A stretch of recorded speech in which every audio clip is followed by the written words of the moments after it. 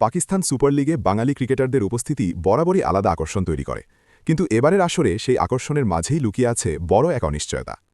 শুরুটা অবশ্য ভালো খবর দিয়েই। সবশেষে দলে যুক্ত হওয়া তরুণ ব্যাটার তানজিদ হাসান তামিম খেলবেন পেশোয়ার জালমির হয়ে।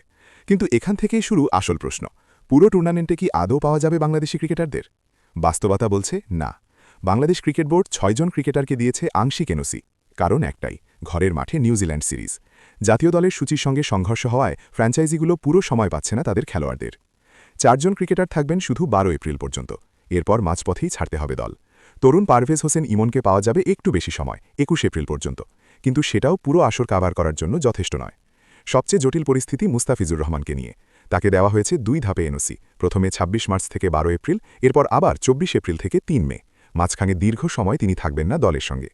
এদিকে ১৭ এপ্রিল থেকে শুরু হচ্ছে বাংলাদেশ নিউজিল্যান্ড সিরিজ, যা চলবে মাসের শেষ পর্যন্ত। ৩টি ওয়ানডে আর ৩টি টি-২০ নিয়ে এই সিরিজই মূল বাধা হয়ে দাঁড়িয়েছে। ফলে কাগজে নাম থাকলেও বাস্তবে পুরো টুর্নামেন্টে বাংলাদেশি ক্রিকেটারদের পাওয়া যাচ্ছে না। এই বাস্তবতা মেনে নিয়েই এখন পরিকল্পনা করতে হচ্ছে ফ্র্যাঞ্চাইজিগুলোকে।